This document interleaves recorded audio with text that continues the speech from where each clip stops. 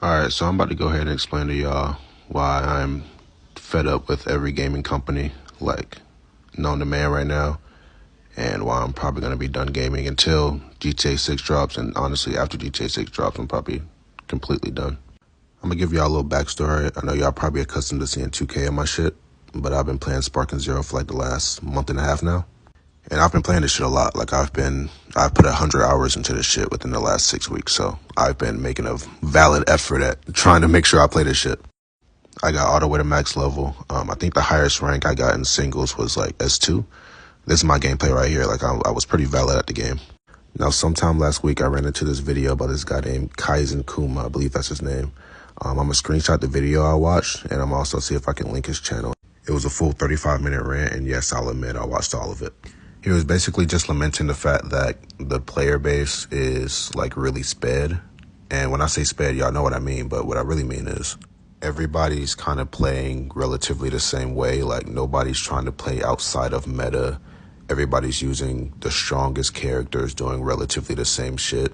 Everybody's like super thirsty for a dub and just taking the path with the least resistance to get to it. Whether that means, using exploits or just not playing as the game intended for you to play, people are just doing that and they don't really care. And it makes it really difficult for anybody else who's like trying to play like they have sense and reason to want to play the game if you're just facing the same brain dead bullshit every game. And he's speaking facts, so I don't expect y'all to watch the full 35-minute rant like I did, so I just wanted to summarize it for y'all. But this is the case across like every player base, every PvP player base, like ever right now. And like I said, I come from the 2K community where it's even more extreme across every iteration of the game. But that's the point I'll get to later. I really just wanted to bring up Kaizen's video because I watched it on the same day that some real bullshit happened to me on Sparking. So I watched Kaizen's video on my lunch break at work. So I came home from work and I ended up harping on Sparking. About an hour and a half into playing ranked, I ended up getting an error message. Now I play on console, so I can't speak for PC folks, but this shit crashes a lot on console. So I've gone accustomed to it. Like I understand if I'm gonna play this shit for anything longer than an hour, I'm gonna have to accept the fact that it's gonna dashboard me sometime within that ses. So I boot the game back up and I got hit with this glitch. I'm gonna let this guy explain the glitch for me so that I don't have to summarize it. And there can be physical proof that the glitch does exist, but I'll also link this guy's video.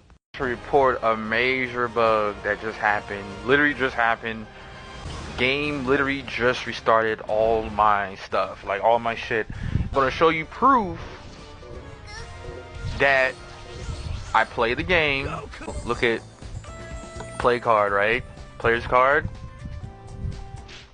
Everything's at 1, right?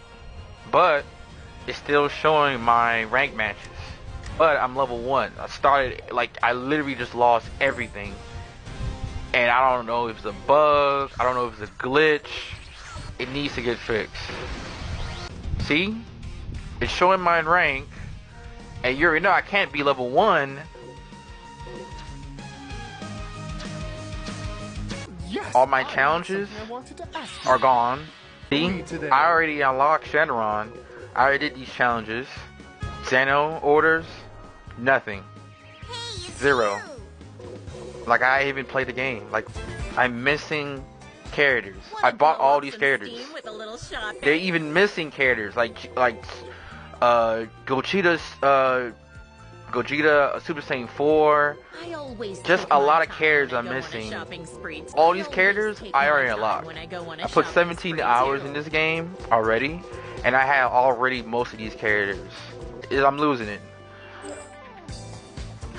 Like I've been playing the story mode, and it's brand new game, and I don't know what's going on. I came back and the game was starting like it was a new game. Like I went to the tutorial and everything. I was like, why am I doing the tutorial again? Yeah, look at that. I'm missing all these characters. I had all these characters unlocked.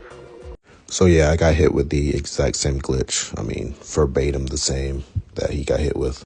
And obviously I'm pissed, but I'm also like extremely disappointed. I did find this extremely ironic that this happened on the exact same day that I watched Kaizen's video. He got hit with this glitch around the release date, and the game's been out for about 3 months. So this game has seen a few patches, and I guess they just still haven't found a fix for this. But my whole reason for making this video and kind of giving up on gaming as a whole is basically like a whole microcosm of this situation and Kaizen's video. I can't really speak for everyone because I don't know what everybody plays, but for me personally, every game on my dashboard has one of these two problems, if not both. The game is either one, a PvP game, like Kaizen said, where the player base is completely sped.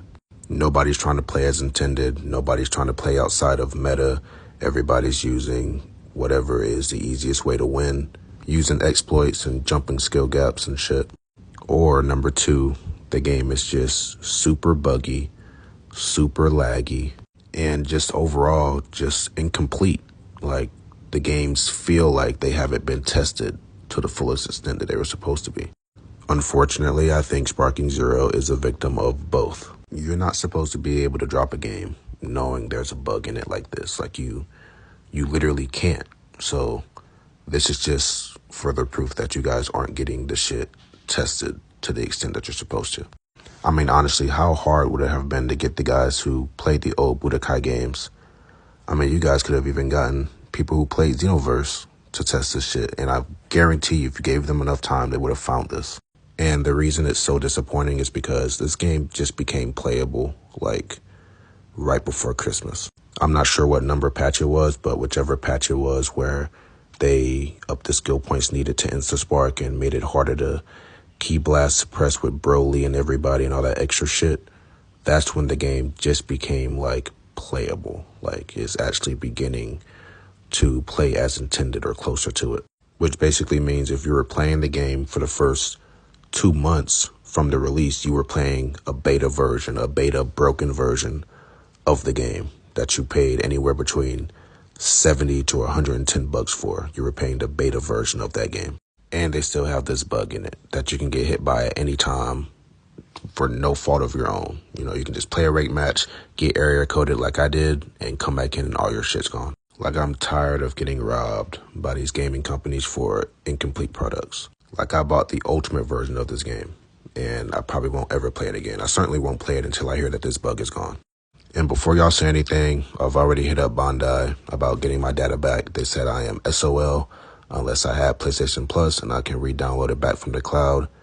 And I don't have PlayStation Plus because why would I pay to play online? Like, I'm game sharing PlayStation Plus from other accounts. I don't have it on my main accounts. I just feel like the gaming industry over the last half a decade or so has gotten overwhelmingly money hungry. Like, I don't think any of these companies are putting together games to, you know, make sure that they're being remembered or generate a good, like, experience. I really just think it's all revenue based at this point.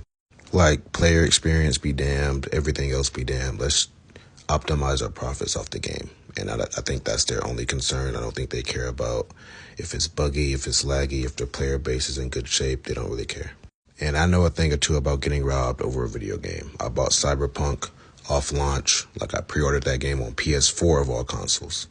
I bought the Saints Row reboot. I bought every 2K between 16 and 24 and made at least one build on each of those games. So I know what it looks like to get robbed over a video game.